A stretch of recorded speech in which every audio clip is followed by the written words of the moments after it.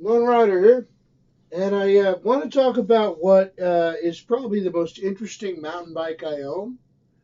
Um, it's not one of my single speeds. It's not, particularly vintage bike. It's not uh, anything in that sense, but it's just pretty damn weird.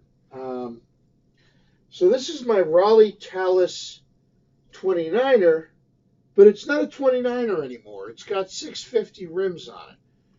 Now, little explanation for those of you who don't know all that much about mountain bikes or are new to the subject.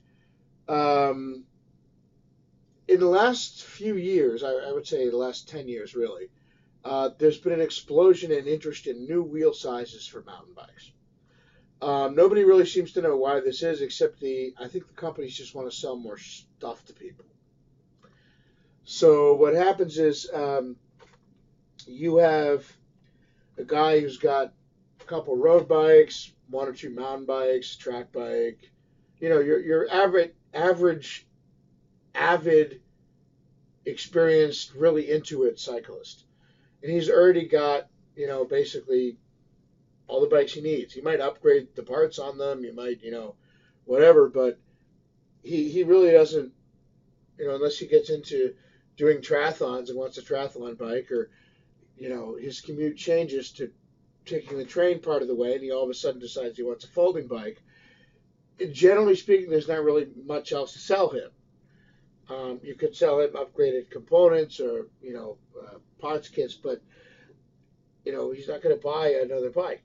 So what do? You create a demand for it by introducing new wheel sizes. First, there came the 29er, which was essentially 700 rims, like you'd have on a road, touring, or hybrid bike. Um, but they were wider than normal road rims, which allowed you to fit mountain bike width tires. But they gave you a greater diameter to the wheel. Now, this had some positive effects, especially for people who weren't experienced hardcore mountain bikers. I mean, I'd been a cyclist for 20 years, but since the 1990s, when the local government arbitrarily banned, in a backroom meeting of the unelected, arbitrarily banned mountain biking at the big local park, I mostly was a roadie for all that time. I still rode my mountain bike wherever I could find dirt, whether it was the local trail by the Passaic River, which has since been closed also by those same government so and so's, or anywhere else. Obviously, if I drove to another county, I could certainly ride my bike. But I basically spent more time on the road than in the woods because the woods were closed and it was hard to find a place to mountain bike. So I kind of became a roadie by default as a result of misgovernment and poor park policy. But I don't regret 1 minute of it in that sense. I love riding on the road, but I also like mountain biking. And, one of the things that I realized when I did get back into it after discovering places like Lewis Morris and going to ride there, is that the more technical trails are kind of scary for a novice. Now, the advantage to a 29er for this, and this is the only mountain bike I own, and I own half a dozen, that is not a standard 26. Well, I have a fat bike. That technically that's a 26. Obviously not a standard 26, but whatever. So every other mountain bike I own, my two single speeds, my vintage mountain bike, my my Kona dog dual suspension, etc.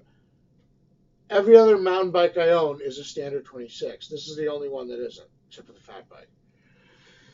And the reason for that is I really like the 26. If I want a little more traction or I want to feel a little safer on a sketchy trail, I just use wider tires. And I've also gotten a little better at mountain biking over the years. I don't do anything hardcore, but I do ride. Uh, but that said, I first got this when I was getting back into mountain biking, and I thought it was the most awesome thing in the world because the first thing I noticed was the big tires rolled over anything.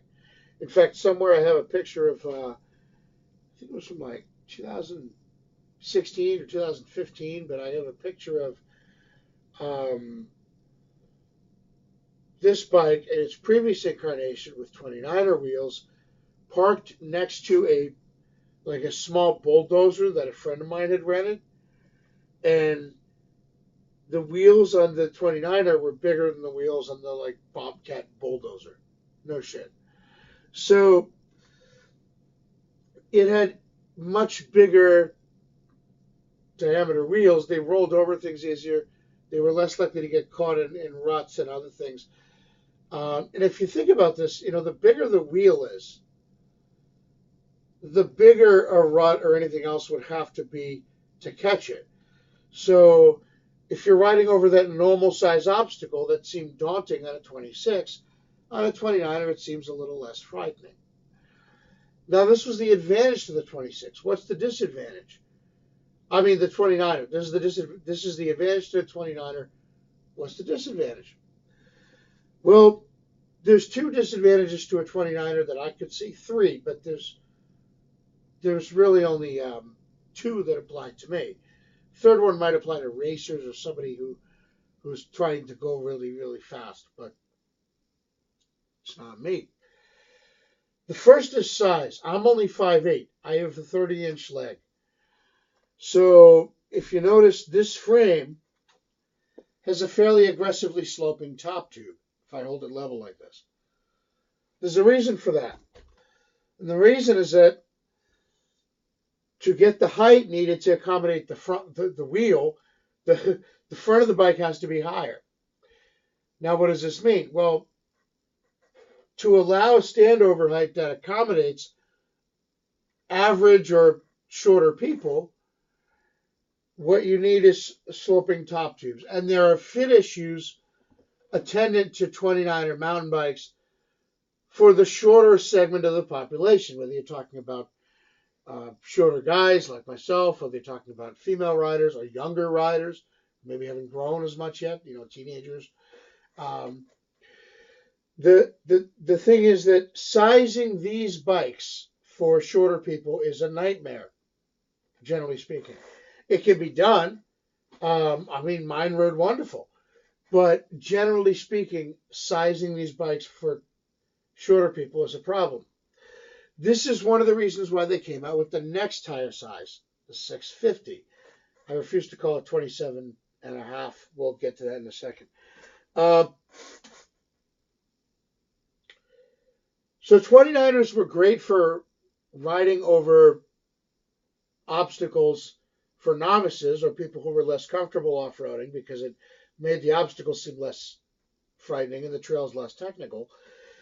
Their disadvantage was that they had really tall wheels, so the sizing issues for shorter people, standover height was an issue. Another disadvantage was the increased wheelbase. So these are the two things. That the frames tended to be really tall in the front.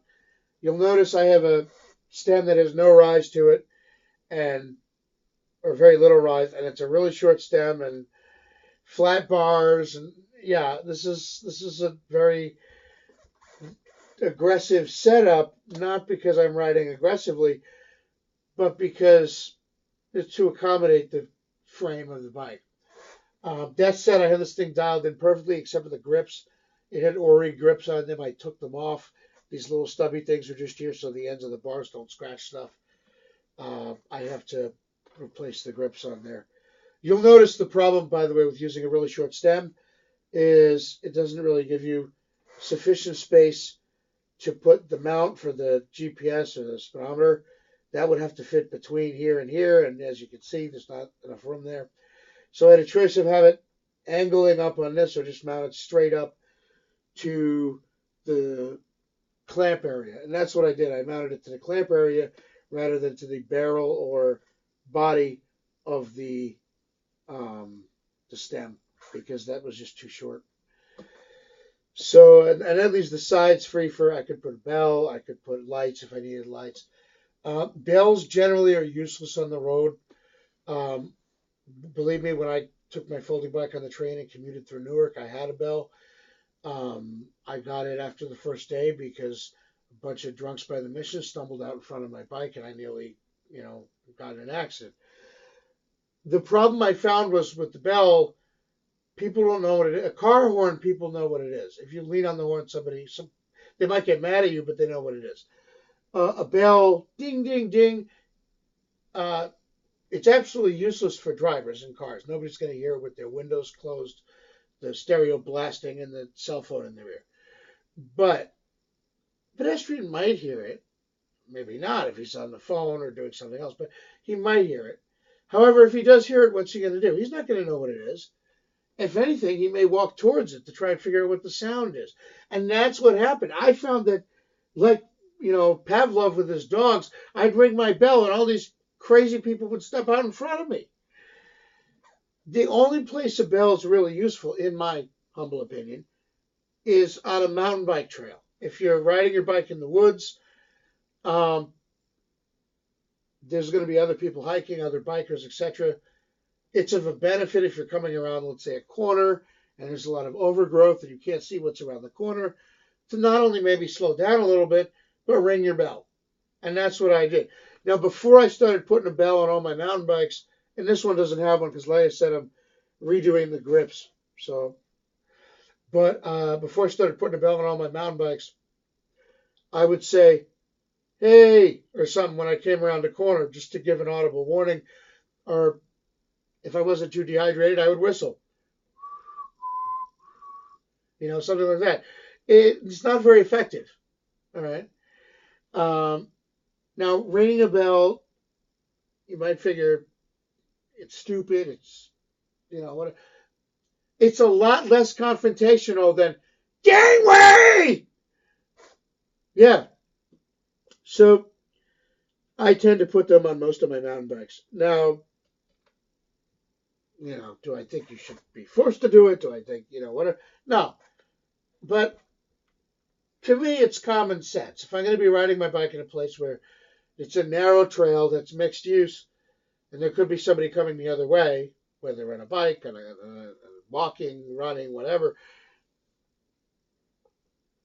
to me, it's a no-brainer. Your mileage may vary, but anyway, that's that. The problem with the 29er as far as size goes is pretty obvious. It raises up the front end of the bike. You have to have a more aggressively sloping top tubes, etc. This is really only a problem for shorter people, obviously. Somebody who's like 6'2", 6'4", 6'5", they're fine. To them, proportionally, a 29er is like a 26er, right? Except even for taller riders who really gravitated towards the 29er, one of the problems is the wheelbase. Because you've increased the size of the wheels out from a central point, namely the center of the wheels, when you put those wheels on a bike, one after the other, the bike is longer. It would be longer if nothing else changed, just because the wheelbase is longer.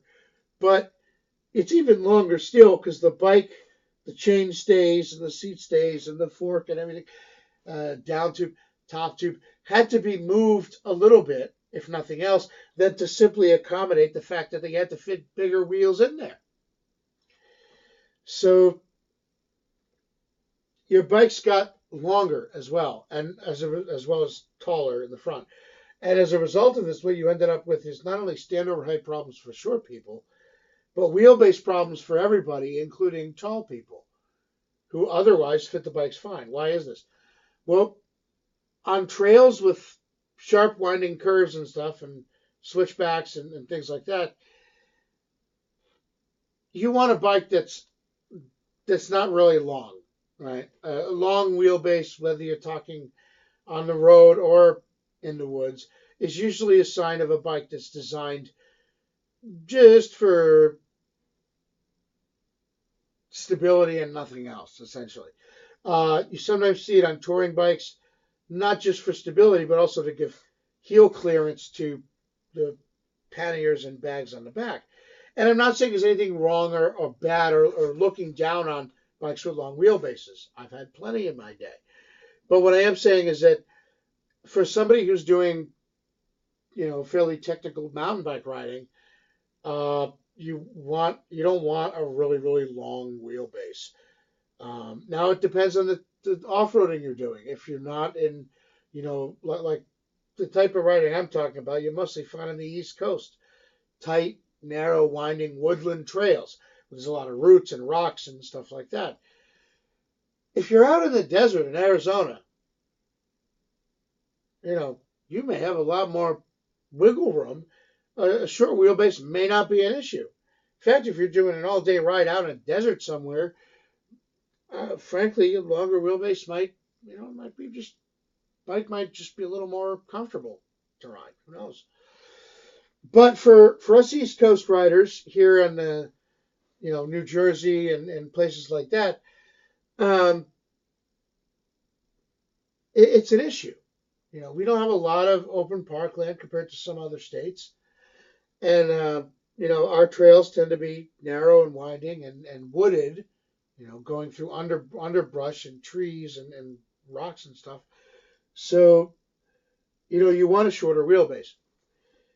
So the advantage of the 29er is that because the wheels are bigger, it rolls over stuff. Disadvantage, stand over height issues for shorter people and a longer wheelbase. Now, there's another disadvantage, which is weight. Obviously, you make the frame and the tires and the wheels and everything bigger, you're going to have more weight on the bike. Now, to deal with this, a lot of 29ers went with tubeless tires. I never got into tubeless tires, and it's not just because of that gooky ceiling junk. I guess I'm just old school. I mean, when I started riding, my first mountain bike was a 1995 Trek 800, or 820 rather, which was a rigid frame with a threaded steer tube. So, cantilever brakes, three gears in the front, 7 in the back. So, yeah, I don't know. I'm not going to start riding a bike without inner tubes. I know all the advantages of it and lower pressures and they save weight and blah, blah, blah. It's just, to me, I don't know. Like I said, guess I'm a little too old school. But one of the ways they did try to combat that was by having tubeless tire setups. There also, I guess, were some advantages for, racers or other fairly aggressive riders who were just looking to maximize their performance as best they could and wanted to therefore run lower pressures so they get better traction with the tire wrapping around obstacles and so forth. If you did that with an inner tube, you'd get a pinch flat. So there's plenty of advantages to a tubeless setup. I just couldn't be bothered to learn it, essentially. But yeah, the weight thing wasn't an issue for me. Now it's an issue. I'm not saying it isn't, but it wasn't for me. Like I said, I was looking when I mountain bike, it's mostly for relaxation, not to set a land speed record. That said, I like going fast as much as the next guy when I do it. And one of the problems I had was being a shorter guy. I wasn't really comfortable with the 29er standover height. I thought the wheels and everything was cool, and for certain trails they were fine. But other times I'd go to put my foot down, and I felt like I was going to fall over. What the hell? So I got my hands on a pair of 650 wheels. 650 is what came after 29ers. When they realized 29ers were great, but not for everybody, what they did was they came up with the 650 tire size. So, okay, we're not going to sell every Tom, Dick, and Harry a 29er. Maybe we can sell them a 650 bike. 650 is a metric size that had been around for years, especially in Europe. But of course, mountain bikes like to use American sizing in inches. So what they did is they started calling 650s, more properly 650B wheel sizes and tire sizes. They started calling it 27 and a half. Now here's why I don't like this and I refuse to use 650B. I refuse to call 650B 27 and a half. First of all, it already has a designation, 650B.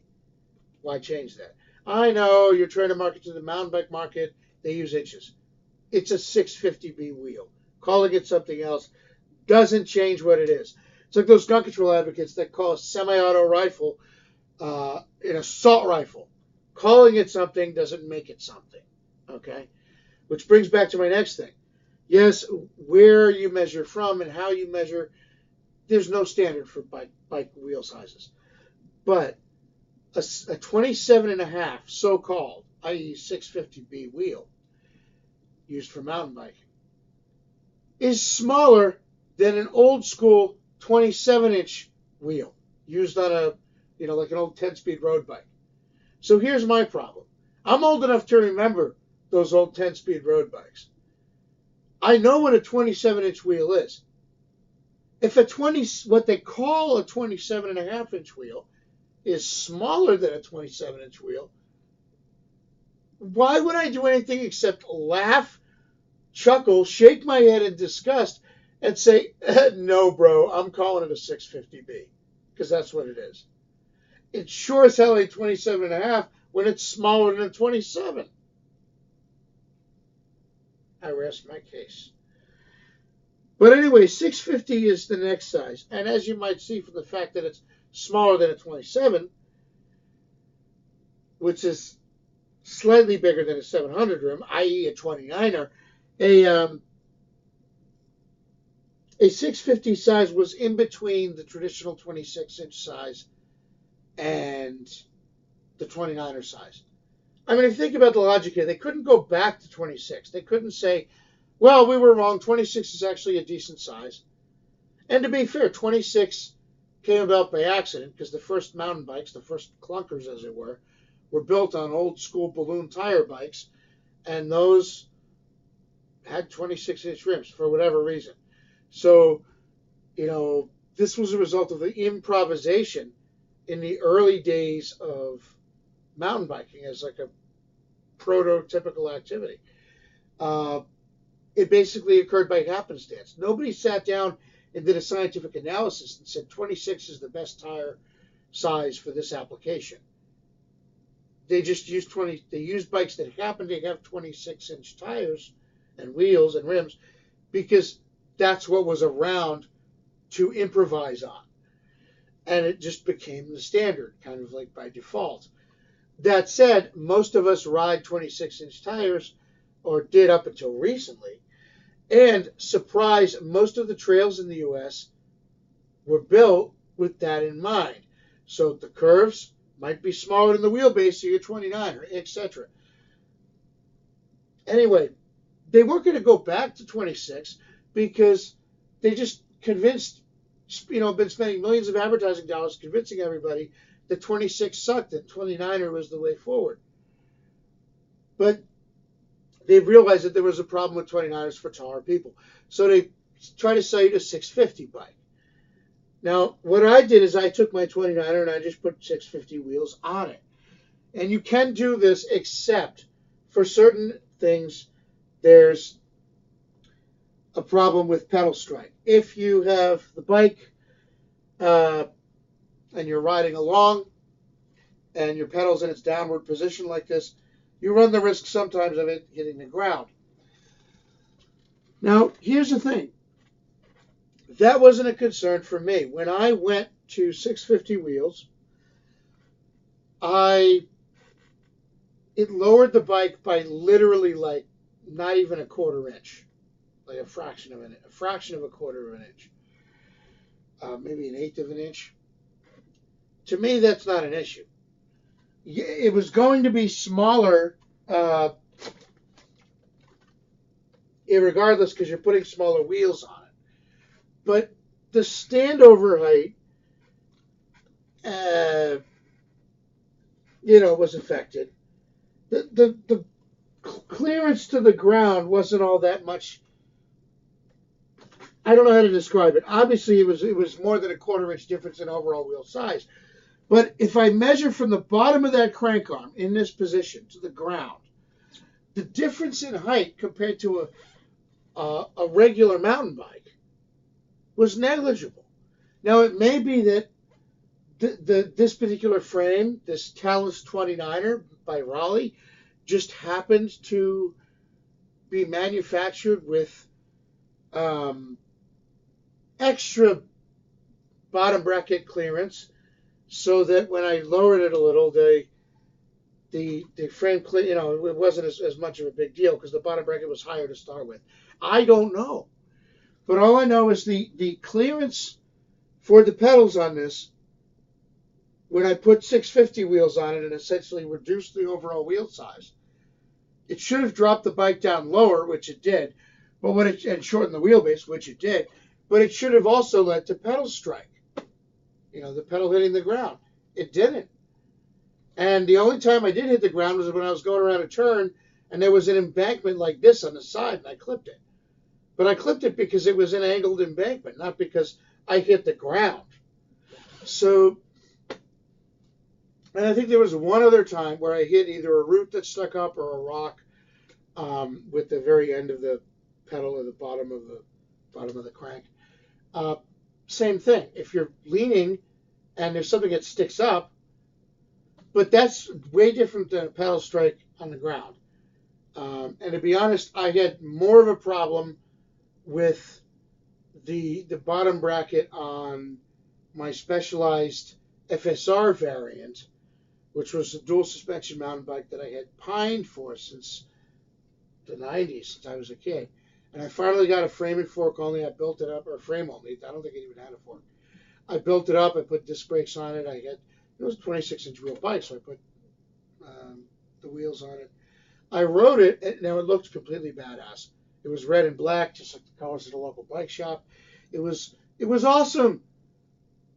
And it was like the heavier, it was like the all-mountain Specialized FSR variant. It was awesome, and I loved it, but when I took it off-roading on really technical single track, I nearly broke my toes a couple times. Why? It had a really low bottom bracket. Now, apparently it was a racing, designed as a pseudo racing bike or whatever for more aggressive riding, so it was supposed to have that. This is more stable leaning around corners and shit like that there. That's the FSR, that's what it's for. My problem was, this was a bike that I longed to get ever since I was like 17, and I could never afford it back then. I found the frame used from a much more recent year. It was like 2006 or 7 or something. And when I actually put it to the test, it rode really nice, but I kept nearly breaking my toes. It had pedal strike issues. This doesn't, even though it's using smaller wheels than the frame is designed for. Now, what's very interesting is I've heard people comment when they did reviews of this frame when it initially came out, that the geometry of the frame was different than other 29ers, usually in a good way. When the bike was new, it had entry-level parts on it, a generic fork, a generic this, that, there, the next thing.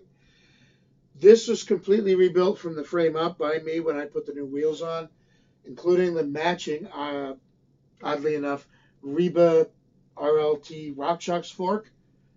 The 1x drivetrain, in this case it's a 1x9, which isn't supposed to be useful off-road, but I got around that by using a chainring that's smaller than your standard 32. I think it's like a 30. And it's one of these special chainrings where the teeth are also shaped to try and keep the chain on. And then you do have a 9-speed in the back. This is Diore shifters, Shimano like Altus or something, just generic rear derailleur. But it's an old school one. It's all metal. It's flat. It's kind of nice looking. Mechanical disc brakes. Excuse me. Nothing fancy there. Salsa flip lever, Bontrager seat post, WTB saddle. I love these things. They're just really comfortable. I've got them on at least 2 of my bikes, and I'd have more if I had more of them. But when I got this saddle, it was very inexpensive. It was literally like, I don't know, like maybe $40 or something. That was in like 2004 or whatever, and now they're really expensive. So go figure. So I don't have. I only have one of these, and on this bike, and I have one on another bike, and that's it. So two is all I have. But if I could, I'd have these on every mountain bike. These or the flights, because those are really comfortable. Um, you got your lizard skins chain stay protector Velcro thingy. A word about those: I wouldn't use them on a steel bike because it traps moisture. It's going to trap moisture near the frame if it gets wet. Moisture will be trapped under there, and then you could have rust. This is aluminum, so that's not really an issue, and it prevents the scratches in the paint, which one of the problems with having a white frame, as you'll see, is it shows all the dirt. Um, but this bike, I'm very pleased with how it came out. Uh, you'll understand why I said it's one of the most unusual bikes out there, in that it's a 29 650, and 29er frame, 29er fork, 650 wheels, and then the weird one by drivetrain. I like one by drivetrains, but I couldn't afford the highfalutin 10 or 11 speed ones, and I didn't see the point. I can ride this in the hilly terrain in places like Lewis Morris, or before they closed the trails, Watchung, because it was that time when we were trying to get trail access and the signs were down for a year. Um, before they had the new ones made and put them back up, I rode this there too. And that, just like Lewis Morris is hilly, the difference is where the section of Watchung that I was riding in and other people were riding in during the period when the signs were down, and you know, there was no reason to believe it wasn't. It was still disallowed at that point. The uh, areas that we were riding in, the trails were very dilapidated. They were washed out trails that just hadn't been taken care of. And if you go back to the park, which I haven't because there's no reason to since you can't ride there, but if you go back to the park, you'll see the trails are still dilapidated. In fact, they forbid mountain biking, but they allow during hunting season they allow guys to terrace around there on ATVs. Now you could say, well, okay, they may only come there and do the deer hunting or whatever it is they do, 3 or 4 times a year. I think it's on one occasion during that hunting season, but it's spread out over a month. So they come there like 4, 5, 6 times. So okay, they're only using the ATVs 4, 5, 6 times a year. Yeah, but they weigh hundreds and hundreds of pounds, and they have motors, and they have a really wide wheelbase. Even if they only use them 6 times a year, they're going to do damage on those 6 occasions that you would never see a bicycle do in years of use. And more to the point, a lot of times, they have designated hunting days. They're going to hunt on those days, whether it's rainy or not. So you have a day where, there's been snow for a while, but then it got warm and the snow's all melting and the ground is like a sponge. And, the trails are very susceptible to damage. Guess what? They're riding their ATVs through the woods. Doesn't matter. No, I have nothing against hunting. Okay. Look, I shoot archery. I don't hunt myself, but, when I go to the archery store, believe me, there's plenty of people there who do bow hunt, for example, and they're decent folk. I have nothing against them. I have nothing against that per se. I just don't do it. My problem isn't that they're hunting. My problem is that they're the hypocrisy of the government saying we're going to allow ATV use 6 times a year.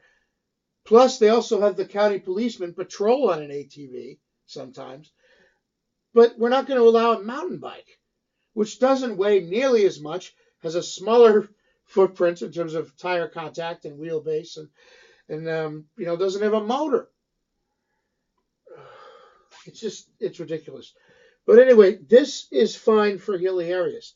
It's got its 9 gears, and it works fine in that respect. So I don't personally see a need for one of the special one by drivetrains like the the fancy 10 or 11 speeds. I can ride up trails on this bike. Now, does it get harder sometimes? Yeah. So you just pedal more. All right. Now, at some point, as I get older, I'm already in my 30s. I'll never see 30 again. May I have to get easier gears in the back, or maybe go back to a triple, or at least a double? It's possible. But again, I like single speeds, and so a one by is the next best thing. I do have two single speed mountain bikes, which are pretty awesome in my opinion. But if I want a geared mountain bike, this is the next best thing. And it's light, it's simple. Um, it's just a really, I don't know, I'm very happy with how this came out. But like I said, you can't buy a setup like this in a store. And it's a result of a few years of experimentation. Oddly enough, my single speed mountain bike, which has remained pretty much the same throughout all of this, I still ride to this day and it's still kick ass. So go figure. But yeah, this thing went through a lot of iterations trying to get it to where it was. And right now it's perfect. Except for, like I said, I need new grips. So Lone Rider out. That's the 29 650 and might talk a little bit about this in the future in terms of the special chain ring, or the fork, or the what I think of the tires, or something like that. But for now, that's the 650 bike, and it's pretty cool. Like I said, took me a while to get this to where it is now, and except for putting new grips on there, I wouldn't change a thing. I might get some really nice pedals at one point, but maybe a Thompson seat post, maybe some high end, like Hope skewers or something. But seriously, it's fine the way it is.